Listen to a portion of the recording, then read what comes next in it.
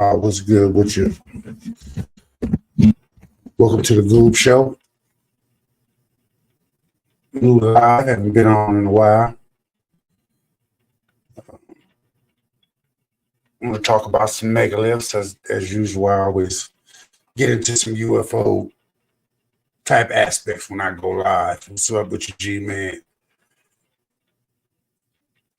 Before I start, you know what I'm saying, I want to get a shout out to them Steelers.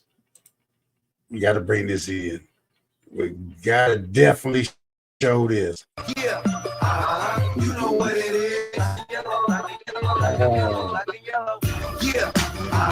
you know what it is. Everything I do it big.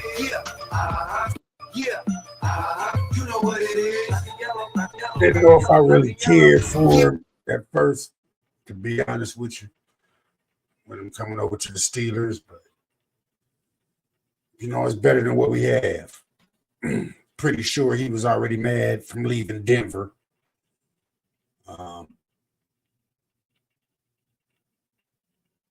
Once they benched him, Steelers, at least we got some receivers to catch for him. He had that over there. We got a running back. You know, we just want to do something with our line. But I welcome him. I'm a Steeler, so it don't matter who comes to it. First, when I first heard he was coming to the Steelers, I was like, man, that's bullshit. I don't want him. The fuck I want a Seahawk for. But then he's not a Seahawk. He a Steeler. So I accept all Steelers, period, point blank. And then no matter what or where they come from, once you become a Steeler, you a Steeler. Once you leave the Steelers, I'm no longer a fan. As long as you with the Steelers, I'm a fan. I'm a root for you. I'm a root for Russell Wilson to do something, you know, get us farther than the first round of the playoffs. That's facts. Because this rookie that we got ain't doing shit. But enough of that. What I came here to talk about is megaliths. When I talk about UFOs and all that, when people hear me talk about that, it's mostly because I know that there's an advanced society or technology that was way before us. What we're gaining now is not even close to what they built thousands, hundreds of thousands of years. And I'm going to show you that in this video. That you can see for yourself. We can't even accomplish the task that they did 10,000 years, not even with the technology we have now, cranes and all that to build skyscrapers. This shit pretty outdoes skyscrapers or anything else.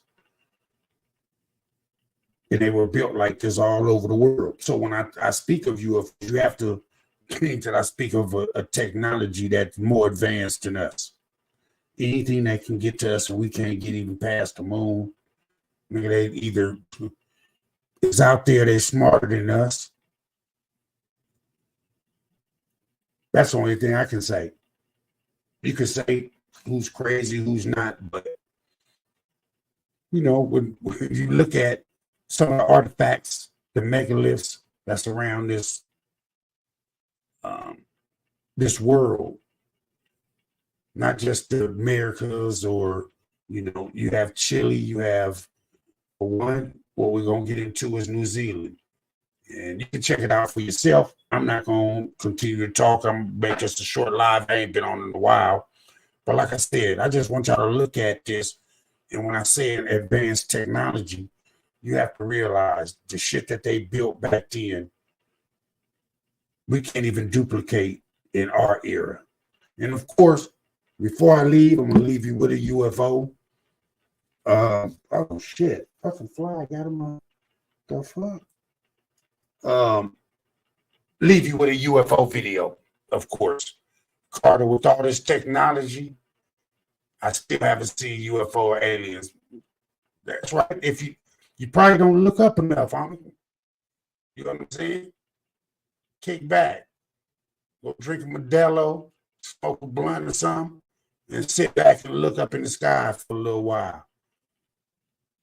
At least an hour. I'm not talking about 10, 15 minutes. You got to look up there continuous few days, 10 or 15 minutes, a few days, guarantee your ass to see something. But enough said, let's look at this video and we'll go through it. And you tell me what you think. This is not what I'm telling you. You have to see it. So, and mass on Earth to be settled by humans.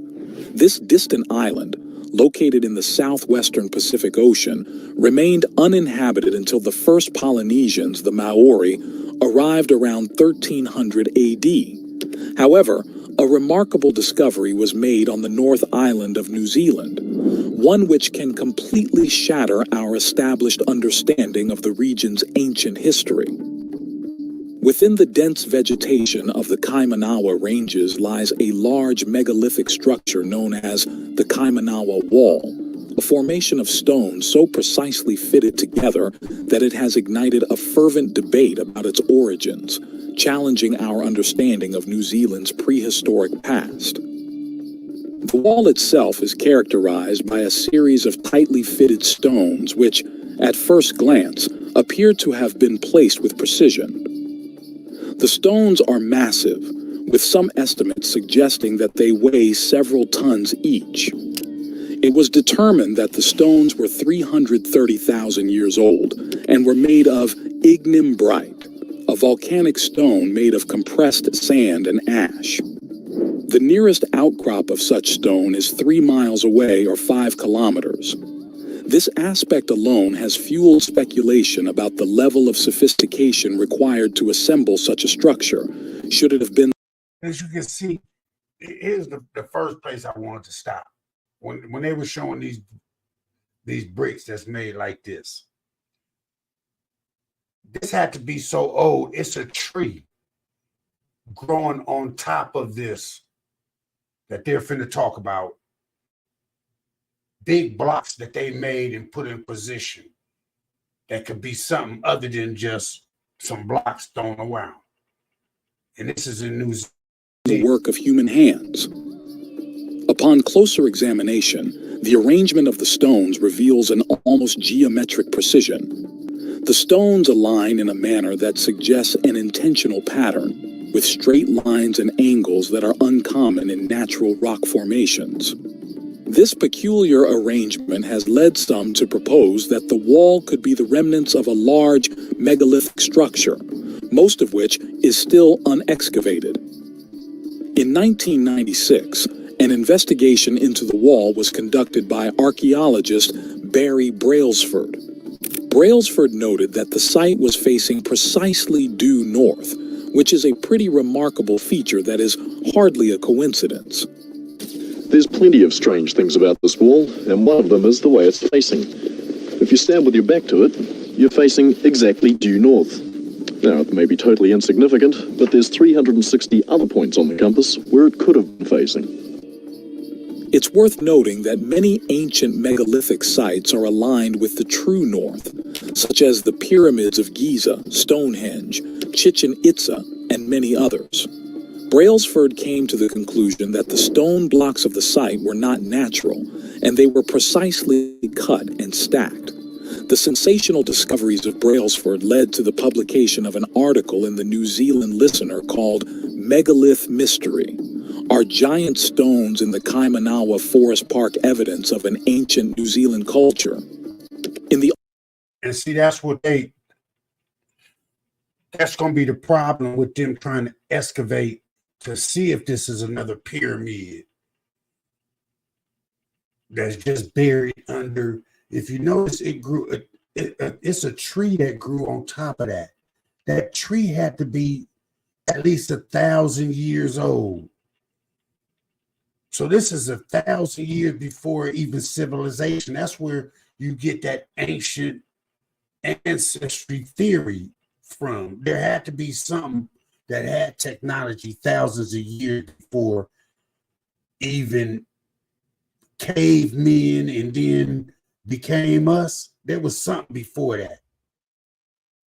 that got destroyed or left this planet for whatever reason. But it's too much of this shit that's built that's unexplained. Article, Brailsford made the following statement. There was no doubt that the stones had been cut. The 4 visible stones in the front wall were a uniform 1.6 meters tall and 1 meter wide. In one place, one could insert his arm into a root-ridden cavity and feel the back face and the front face of the next tier. The faces were uncannily smooth, with no saw or adze marks. The interstices where the blocks join were knife blade thin. Further up the hill, the tops of other stones protruded, suggesting a more extensive structure was buried in the hill.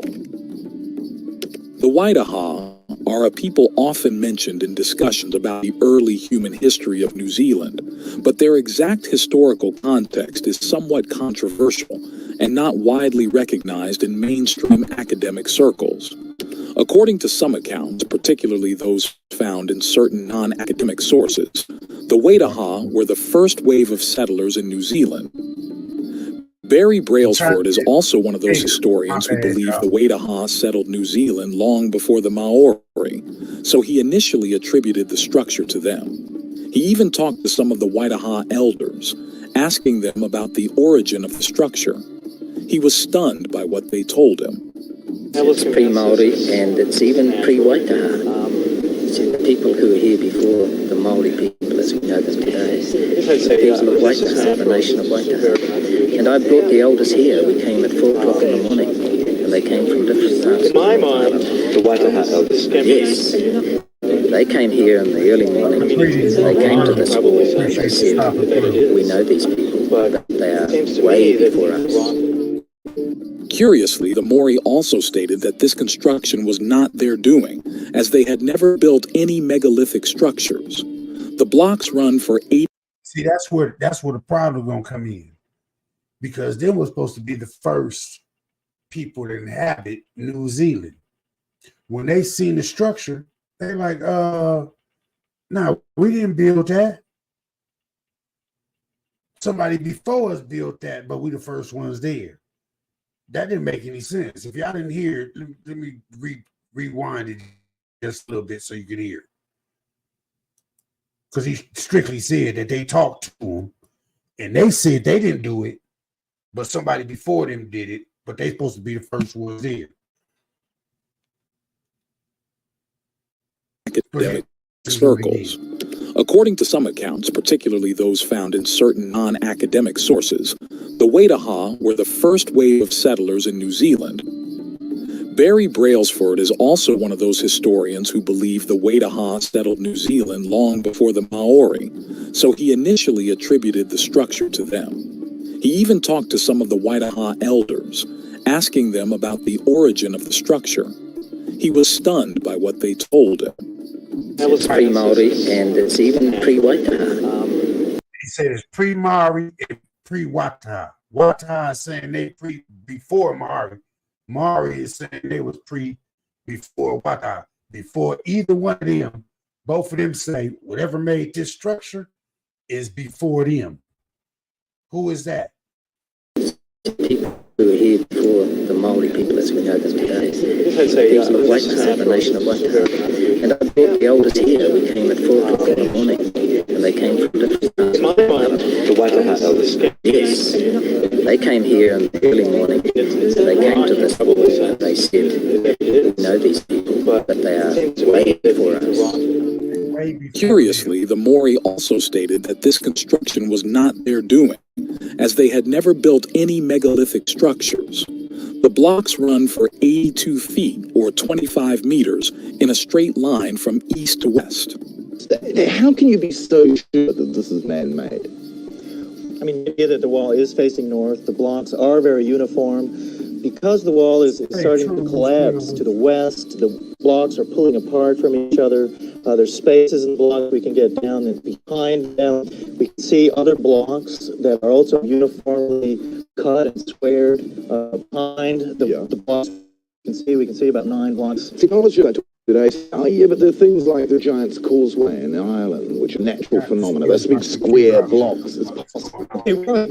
That's actually basalt. That's basalt crystals, and as that kind of volcanic core crystallizes into these 6, 8-sided crystals. And there's a giant city built in Micronesia, 11 square miles called Manmadal. It's built out of Researcher and writer Brian Forster, who has visited all of the ancient megalithic sites around the world, was also fascinated by the Kaimanawa Wall, and upon visiting it, he noted that the structure is the only stone outcrop in the entire area, and within a 20-mile radius of the site. He didn't discover any other stones. He also noted that the strangely flat stone blocks were fitted in a way very similar to those he examined in Cusco.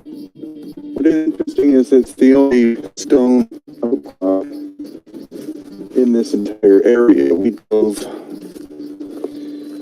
like 20, 30 kilometers into this ancient rainforest, and it's the only stone at all, and it's strangely flat surfaces, and looks like some of the megalithic work that we found in the area of Cusco in Peru. Cutting massive stone blocks and fitting them together without mortar is an advanced ancient construction technique that is seen not only how big they are and cut. Excuse me, because my camera went out. That they built the bricks and put them together the way they put them together. In Peru, but in other parts of the world, such as Egypt. This indestructible form of polygonal masonry was convergently developed by cultures with no... That's where it has to be an advanced technology, because all these countries, Egypt, Peru, had the same technology,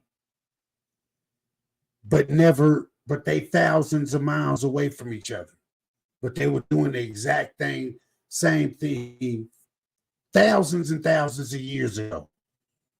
How could they do that? They could get that knowledge, but to be doing the same exact shit thousands of miles apart from each other. And we continue to see it. The wall itself is characterized by a series of tightly fitted stones which, at first glance, appear to have been placed with precision. The stones are massive, with some estimates suggesting that they weigh several tons each. It was determined that the stones were 330,000 years old and were made of ignimbrite, a volcanic stone made of compressed sand and ash. The nearest outcrop of such stone is 3 miles away, or 5 kilometers. This aspect alone has fueled speculation of the level of sophistication required to assemble such a structure, should it have been the work of human hands. Upon closer examination, the arrangement of the stones reveals an almost geometric precision. The stones align in a manner that suggests an intentional pattern, with straight lines and angles that are uncommon in natural rock formations. This peculiar arrangement has led some to propose that the wall could be the remnants of a large megalithic structure, most of which is still unexcavated. In 1996, an investigation into the wall was conducted by archaeologist Barry Brailsford. Brailsford noted the site was facing precisely due north, which is a pretty remarkable feature that is hardly a coincidence. There's plenty of strange things about this wall, and one of them is the way it's facing. If you stand with your back to it, you're facing exactly due north. Now, it may be totally significant, but there's three... The thing that y'all continue to have to look at, on top of these big-ass bricks, there's a tree. Something that might be in California's forest that's been there for 10,000 years growing. that tree had to been growing for 10,000 years at least. It is just sitting on top of the 160 other points on the compass where it could have been facing. It's worth noting that many ancient megalithic sites are aligned with the true north, such as the pyramids of Giza, Stonehenge, Chichen Itza, and many others. Brailsford came to the conclusion that the stone blocks of the site were not natural, and they were precisely cut and stacked. The sensational discoveries of Brailsford located of an article in the New Zealand Listener called Megalith Mystery are giant stones in the Kainau Forest Park evidence of an ancient New Zealand culture. In the article, Brailsford made the following statement. There was no doubt the stones had been cut. The 4 visible stones in the wall were a uniform 1.6 meters tall and 1 meter wide. In one place, one could insert his arm into a root-ridden cavity and feel the back face and the front face of the next tier. The faces were uncanny. Which means those 3, 4, 10, 15-ton bricks had back walls, would also had 10, 15-ton bricks. They doing this shit. There had to be advanced technology. I had to really get this shit. Smooth, with no saw or adze. The interstices where the blocks join were knife blade thin. Further up the hill, the tops of other stone protruded, suggesting a more extended structure was buried in the hill. The Waidaha are a people often mentioned in discussions about the early human history of New Zealand, but their exact historical context is somewhat controversial and not widely recognized in mainstream academic circles. According to some accounts, particularly those found in certain non-academic sources, the Waidaha were first-wave settlers in New Zealand. Barry Brailsford is also one of those historians who believe the Waidaha settled New Zealand long before the Maori, so he initially attributed the structure to them. He even talked to some of the Waidaha elders, asking them about the origin of the structure. He was stunned by what they told him. It's Maori, and it's even pre-Waitaha. People here before the Maori people as we know them today. It was the nation of Waitaha. And I brought the elders here. Came at 4 o'clock in the morning, and they came from different parts of the island. The Waitaha elders. Yes. They came here in the early morning, and they came to the school, and they said, we know these people, but they are way. Curiously, the Maori also stated that this construction was not their doing, as they had never built any megalithic structures. Blocks run for 82 feet or 25 meters in a straight line from east to west. How can you be so sure? That is facing north. The blocks are very uniform. Because the wall is starting to collapse, the west blocks are pulling apart from each other. Spaces in the blocks, we can get down and behind them. We can see other blocks that are also uniformly cut and squared behind the blocks. About 9 blocks. See, Charles, just things like the giant causeway in Ireland, which are natural phenomena, that big square blocks as possible. Okay, right. Now, that is actually basalt. That's basalt crystals, and it's that kind of volcanic core cool that crystallizes into these 6 8-sided crystals. In fact, there's a giant city built in Indonesia, 11 square miles, called Nan Madol. It's built out of Researcher and writer. That's what I thought was strange. That video when he was talking about there's another city that was built with that volcanic, all of a sudden the video cut off. I thought that was pretty strange. Brian Forster, who has visited all of the ancient megalithic sites around the world, was also fascinated by the Kaminawa Wall, and upon visiting it, he noted that the structure is the only stone outcrop in the entire area, and within a 20-mile radius of the site, he didn't discover any other stones. He also noted that the strangely flat stone block fit in a way very similar to those he examined. What is interesting is it's the only stone outcrop in this entire area. We drove 20, 30 kilometers into this ancient rainforest. The only stone, and it's flat surfaces, and looks like some of the megalithic work that we find in the area in Peru. Cutting massive stone blocks and fitting them together without mortar, advanced construction techniques, not true, but in other parts of the world, Egypt. This industrial form of masonry was convergently developed by culture with no communication, of which none possessed sufficient tools to quarry, transport, carve, or place these stones. Many believe these cultures actually inherited these sites, and that the true builders were part of a global and technologically advanced ancient civilization that perished at some point in time, possibly due to some sort of cataclysm. Going back to the Kaimanawa wall, we've also noted that there is a distant bevel on the upper stones, going all the way to the other side of the structure, and the beveled edges on the rocks are identical. Close examination reveals behind the first lot of blocks are more layers, separated by a perfect gap. The surface of each block is smooth, as if it's been cut. There are other mysteries too. In ancient civilizations, they had aspects to when you came into the site, and everyone apparently has this, and conveniently, here it is. One of the most indicative discoveries suggesting the structure was man-made was that some of the lower blocks featured precisely cut recesses, allowing them to slide underneath the blocks above, effectively interlocking both sets of blocks.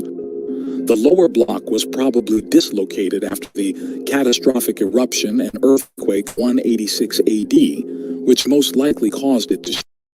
So that means that it was pre-186 AD. Whatever that means to us, that's got to be thousands of years ago. 186 AD, what, after death, or what the hell is that in time? But that's a long time ago. Yesterday, our archaeologists dug down about half a meter below this face here, and this face was still going down, and we used a steel probe underneath it, and was striking rock underneath that. So that gives an indication that at least there's something further down again. And the rocks themselves have been in a sort of a semicircle around, and it may be the shape of some sort of structure. At the bottom of one part of the structure, there were perfectly smooth rock surfaces with square edges. And we were standing on a piece of rice, which most could with our eyes. It was just like it was poured concrete. I think that speaks for itself. Square edge, everything. Curiously, the same thing was discovered in another section of the site. In one area, the discovery of another floor surface revealed an intriguing characteristic. Upon tapping, the floor emitted a hollow sound, suggesting it might not be a floor at all. Instead, this could indicate the presence of a roof concealing an underlying chamber. Just for the sake of the camera. The thing is, just imagine if it was a roof to something else, you was able to open that up and see. It could be gold, it could be all type of treasures, but they can't touch it. And you'll see why. It's crazy. However, political and historical history comes into mind. Just get your spade and run the spade across the top of that. Now, that's like you would be running a spade down a concrete slab. And that to me, is bloody like concrete. That's just amazing. In fact, areas, probes were able to hit solid rock beneath the earth. Well, we're probing to an area here. It's obviously going down through the pumice a certain distance. It hits a perfectly level area where it sends some vibration back up through the rod. It makes a kind of a humming sound as we get something pretty solid. And what does the sound of wood? What does wood sound like? That's a tree on top of. I want you to know this young man is hitting down and gonna hit concrete. Look at the tree that has grown on top of the brick that or the concrete slab that he's hitting on top of. That's how long that tree has been there growing. So that's how long of a time these bricks were underneath this tree before it even started to grow. Just imagine that. That will blow your fucking mind. Look at that. Here's the road. Place here. Here's the difference. Considering the area around the Kaimanawa Wall is relatively flat, some people suggested that the evenly sloped steep mound behind the wall could be hiding an enormous pyramidal structure. On one side of the hill, more stone blocks are visible. These blocks, similar in appearance to those on the wall, display a high degree of symmetry and descend the hill with precise alignment. Remarkably, the angle at which these stones are arranged mirrors the overall incline of the hill itself. And right next to the piece, there's another small piece of exposed stone blocks with the same degree of incline. A short distance, the third piece has been unearthed, exhibiting the same precise symmetry and alignment as previously observed. Additionally, this piece features the beveled edges seen on the main structure, with the bevel's angle being pretty much identical to other stones. This consistency raises questions about the site's true nature. Could it be something far more complex than a mere stone wall? Might it actually be an ancient pyramid, akin to those discovered in America? It's worth noting that most of the American pyramids were initially indistinguishable from natural landscapes due to being completely enveloped in soil and vegetation. Take, for example, the pyramids at Teotihuacan. Look at that. Did you see that picture? Look at this picture right here. Before they took the dirt off of it, it just looked like a dirt mound. For whatever reason, they dug the dirt off, wiped away, and on the left, that's what it looks like now. This is what it looks like before they took it off. You'll see a couple of them. Resembled ordinary hills with no stones visible on the surface. Similarly, the temple pyramid at Tikal revealed only a small portion of its structure, much like what we observed in New Zealand with the Kaimanawa Wall. In 2019, research was published on the Tureho New Zealand channel. They showed a remarkable discovery with the use of ground penetrating radar. As they show in this picture, 2 or 3 meters below the white tape, which is almost 10 feet, the ground-penetrating radar showed an identical pattern as the pattern corresponding to the wall on the surface. This means that below the ground, the structure continued in the same exact pattern of construction, with more massive ignimbrite blocks stacked together. Additionally, it showed some very intriguing rock incisions on the surface of hard rhyolite rock. All of this information, taken together, suggests that the structure is something much more sophisticated than a mere wall. But what? It's interesting to note that volcanic rocks, especially those high in silica content, are typically found in areas with geological faults and are associated with strong magnetic fields. The presence of water flowing across such stones can generate electric currents, leveraging the properties similar to its use in computing for information storage and conduction. The site's location on a fault. While I was talking, what they're saying is the magnetic action on that part of the earth that makes the ability, I don't know, I've seen it on other things that they've able to use radio waves, magnetism to lift big objects and move them. But you can clearly see that if you try to put a magnet plus and minus, they'll never connect. No matter how much you push two magnets together, if one's negative, one's positive, they're never going to connect. They have the ability back then to use that to push things. Just my thoughts. And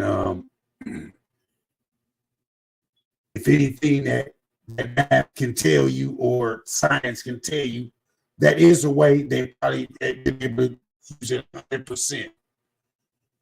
Line, known for strong magnetic and telluric energies, led many to theorize that the structure could have served as some sort of energy container, harnessing the Earth's natural forces. But if all of this is true, why hasn't the site been properly excavated? Despite all findings, the government of New Zealand refused the notion that the structure is the work of an advanced ancient civilization that settled in New Zealand long before the Maori. In fact, the government actually forbade any archaeological excavations on the site, as you can see on a sign placed before the structure. Right. They saying don't touch the site because it'll fuck off the street of what we were told of who were the first people on this country of New Zealand. Because that would take away all that history. The same thing what they're trying to do now. 1,000 years from now, Florida and all that, they won't know shit about Black history. Why? Because they burning all the books. They tell you don't talk about it in schools. Oh, it's basically the same thing. That's why they don't want to excavate this pyramid or whatever it is, because it's going to say, oh, the people that already said they were the first there saying, shit, we didn't make that. Something before us made that. They know that that's not the history of New Zealand. It would make it more advanced people and technology that actually made it. The official stance of the authorities is that the site is nothing more than a natural formation, a byproduct of volcanic activity that occurred long ago. But how could they be so sure without conducting a proper excavation? Moreover, why would they forbid us from doing any archaeological work on the site? Actually, they have a very good reason for doing so. They refuse the notion that the site is built by an advanced civilization simply because that is the politically correct thing to do. New Zealand, like many countries, grapples with the challenges of reconciling its colonial past with the rights, traditions, and histories of its indigenous people, in this case, the Maori. The arrival of Europeans in the 18th century marked the beginning of a period of significant change, conflict, and cultural exchange, the effects of which are still felt today. In New Zealand, the indigenous Maori people are... I don't know if y'all caught how the commentator just slid that in. He said cultural exchange. And it showed the white man with his arm around a native. That was cultural exchange. Might we want to say that with slavery? You might want to say it was just cultural exchange. No, you motherfuckers went over there and took over some shit and changed the history. You gave what you gave to the inhabitants of it. But I'm pretty sure it was under British rule. Motherfuckers took that shit over. So organized into various tribes and sub-tribes. The exact number of tribes vary depending on how one defines and recognizes them, but there are over 100 of them in New Zealand. Each tribe has its own social and political structure, history, and connection to specific regions of the country. A significant process has been underway in New Zealand for several decades to address historical grievances and recognize the rights of Maori tribes over lands. This process is facilitated through the Waitangi Tribunal, which was established in 1975 to investigate and make recommendations on claims brought by Maori related to actions or omissions by the Crown that breached the promises made in the Treaty of Waitangi, signed in 1840. I had a feeling that British had some type of rule over New Zealand at that time. So they gave what peoples they thought control, and that's why the Watas and the Maoris have a different. Many tribes have engaged in this process and have had settlements reached with the New Zealand government that include formal apologies, financial compensation, and return of certain lands to tribal control, among other forms of redress. These settlements are specific to each tribe and are based on the unique circumstances of their claims. The process of recognizing land rights and settling historical grievances is ongoing, with many tribes having completed settlements and others still in various stages of negotiation or awaiting resolution. In this context, archaeological discoveries and interpretations of historical sites can become highly sensitive issues. The way history is told, the emphasis on certain narratives over others, and the recognition of cultural sites and artifacts can all have implications for national identity, cultural heritage, and even political and legal rights. The megalithic site at Kaimanawa, given its mysterious nature and the debate over its origins, falls into a category of historical archaeological interest that is inherently intertwined with these broader issues. Some individuals and groups have suggested that the to explore certain theories about the site's origins, particularly those that might suggest a Maori human presence in New Zealand, could be influenced by political considerations. See, and that's the thing. It's more political than trying to get to the bottom of whether it was there more advanced technology here. It doesn't matter who considers themselves here first. If you didn't have anything to do with what was built, you wasn't here first. That's what we'll never find out about advanced technology until it fuck up our planet or this planet, which is not going to do. It's just going to regurgitate itself. Because if there was advanced technology 10,000 years ago and they disappeared, the dinosaurs or whatever y'all want to go in between by the time we got to where we at now, our technology is bullshit because we can't even touch what they was making 10, 20,000, 3,000 years ago. We can't even build this shit. We don't even have the technology. We have the things and all that. We don't even have the technology to build as acknowledging such a possibility might undermine the recognized status of Maori as Tangata Wenua, meaning people of the land, and disrupt the established historical narrative of New Zealand. This can cause a significant political and ethnic fracture in the country and potentially affect land claims and government compensations to the indigenous people. Despite the official dismissal of the Kaimanawa Wall as a once again, I want y'all to look at this wall and look at the stump of this. That's how long that motherfucker been growing on the top of these bricks. Yeah, shit, that try to be 30, 40 years old. And look how big the roots that them bricks. The arguments and observations by researchers point to a more complex, intentional origin, suggesting that this structure could be more than a coincidental formation of nature. But if the New Zealand authorities can so easily dismiss such a controversial site just to keep the status quo, does that mean that there may be other discoveries in New Zealand that can prove an ancient civilization existed here?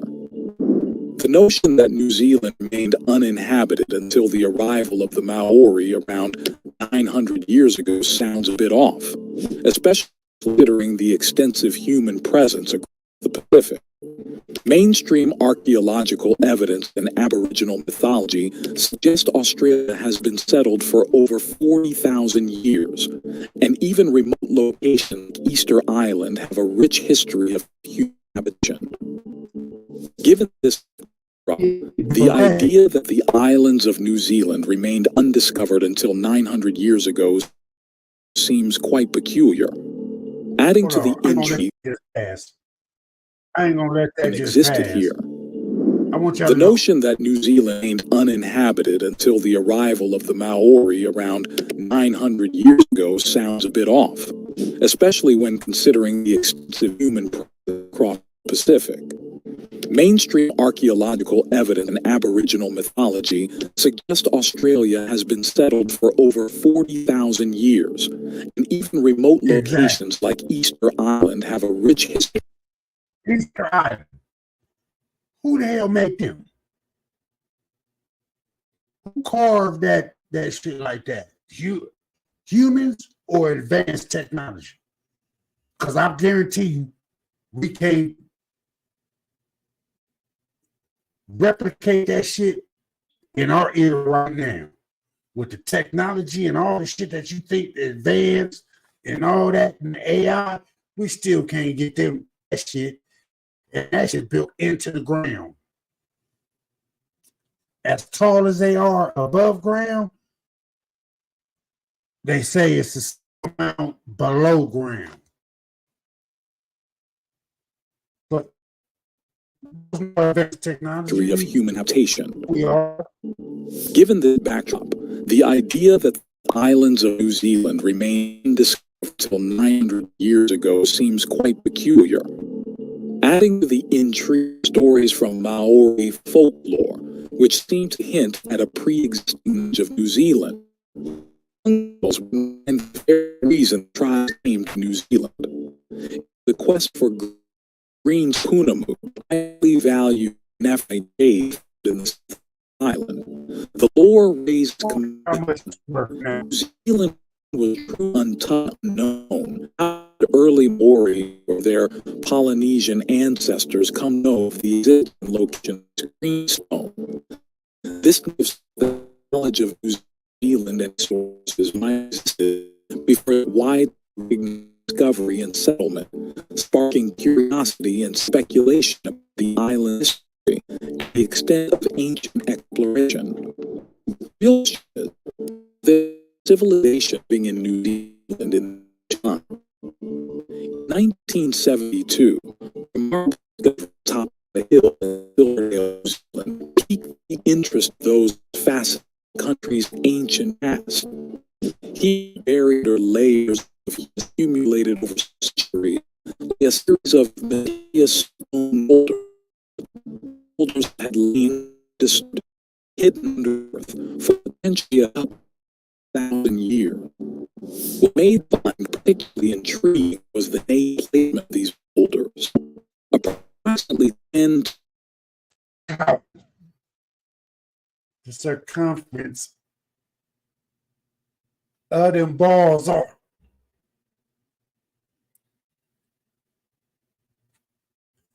Them they circular, big. What it's just unimaginable. What can make that?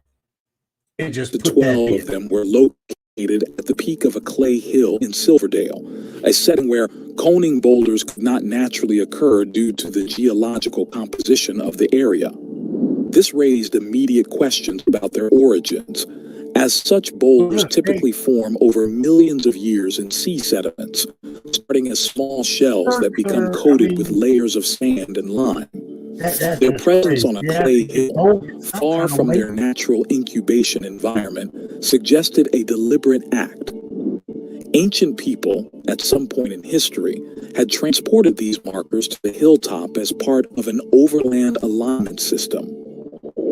Another interesting find was made after the relocation of these massive boulders in 1992 due to the construction of a motorway. It was during this process that features were discovered on the boulder. Look how big that motherfucker ball is compared to I mean, who could form that into a, man, that had either come down from somewhere else or was it made on this planet? I don't think we can make no shit like that to this day. That's what you have to think about advanced technology. When I talk about UFOs and all that shit, not advanced technology. Whatever's coming to us nowadays, we can't get to it. You have to think they more, smarter than us? They definitely have more technology. But look how big that orb is. It could be the same orbs that's going across and people are seeing in the skies. But features unmistakably made by human hands. This was a significant revelation. Further investigations revealed that these boulders lay beneath a layer of tephra ash from the 186 AD eruption of Mount Taupo, indicating that the human-made modifications predated this event. This timeline places the alterations of the boulders over 1,000 years before the recognized arrival of the Maori in New Zealand, suggesting a much older, previously unknown chapter of human activity in the region. Among the modifications are beautifully carved bowls, known as Bulan stones in other parts of the world, particularly Ireland, where they are part of ancient blessing and cursing altars. These bowls were meticulously chipped and carved by hand, a process distinct from any mechanical drilling or boring. Another incredible discovery is the Kangaroa rock carvings, which were tucked away in the vast expanses of the Kangaroa forest, one of the largest plantation forests in the world. Many believe these carvings offer a tantalizing glimpse into an ancient past that may predate known Maori settlements. The exact origins of the Kangaroa rock carvings remain a topic of debate among historians and archaeologists. The detailed craftsmanship evident in the carvings suggests a sophisticated understanding of art and symbolism, raising the possibility that they could be the work of an unknown ancient civilization that inhabited New Zealand's shores long before the arrival of the Maori people. The carvings themselves depict a variety of figures and motifs, some of which bear resemblance to the known iconography of Polynesian cultures, while others seem entirely unique, belonging to no known historical or cultural narrative. Supporting the theory of an unknown ancient civilization are the mysteries surrounding the techniques used to create the carvings. The precision and depth of the carving suggests the use of tools and methods not traditionally associated with the early inhabitants of New Zealand. In the Waipua Forest in Northland, there's another site believed to be part of the stones are massive, with some estimates suggesting that they weigh several tons years in sea sediment. Known as Bulan stone until 2063. At the end of the archaeological excavations, all public access to the area was denied. Visitors wanting to see the stone artifacts were turned away, and access requests by historians and archaeologists were denied, with the reasons being that the area had been declared taboo and that it was under a Waitangi Treaty claim. From the photos we have, we can see prominent ancient walls emerging distinctly above the layer of humus. Additionally, there are sequences of boundary stones demarcating specific sections. These stones encircle a central pile of stones, which likely was once a beehive house, a type of rudimentary dwelling that... See, and mostly everything that they're basically saying is to say that the Maori and the other tribe weren't there first. They weren't on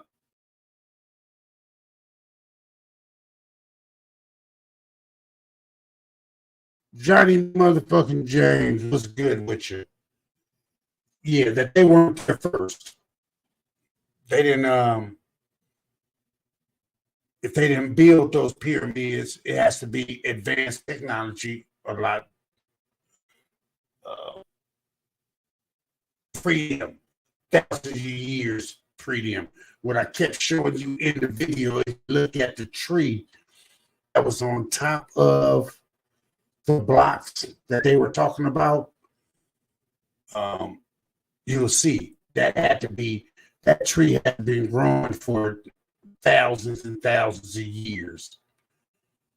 So if you took off, like you showed once before, on different megaliths or temples that were buried under a lot of trees and bushes and all that for thousands of years, once they took it away, you seem like, damn, how did they build this? And where did they go? The people that built it, where did they go? Because they're not here in our society.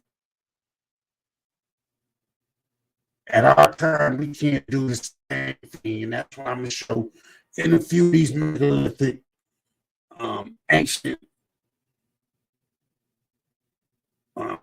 structures. That's before our time, before whatever we can do here presently. And at the same time, of course, before I go, got a little UFO video with you. Almost there at an hour. That's all I want to give you. Talk about something. Hopefully you learned a little something. If it's your first time in, subscribe to the channel. If you like what you see, hit the like button. Underground or above. Most definitely. Archangel. But you know, as I tell everybody, man,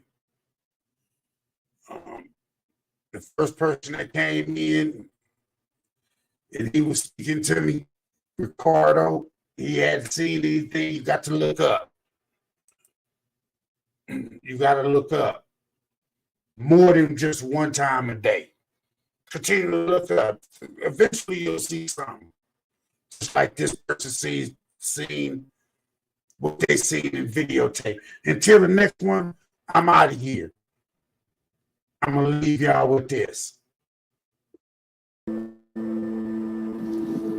This light out here over the horizon, there was two lights, and then it turned into one, and then it keeps fading out, and then it comes back on.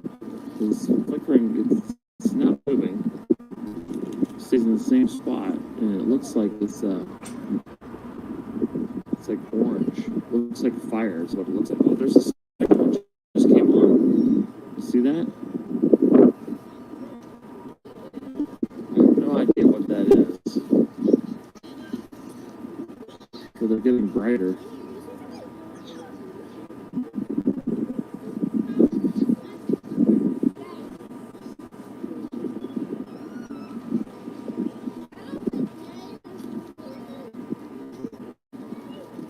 One just flickered out again. Now it just came on above it, the one that flickered. That is really weird. So the light was below it, and if the lower one flickered out, and then the light came back on above it.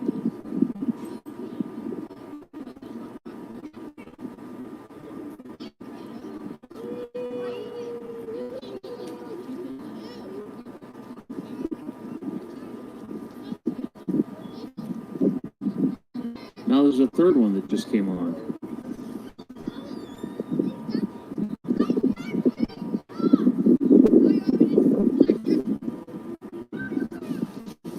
Alright, bottom one just flickered back off again.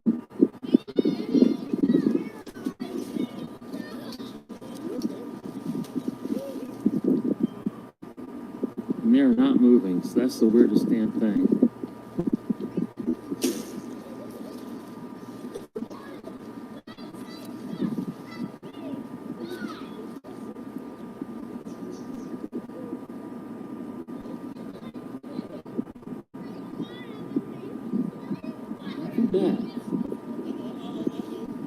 no airplanes in the sky.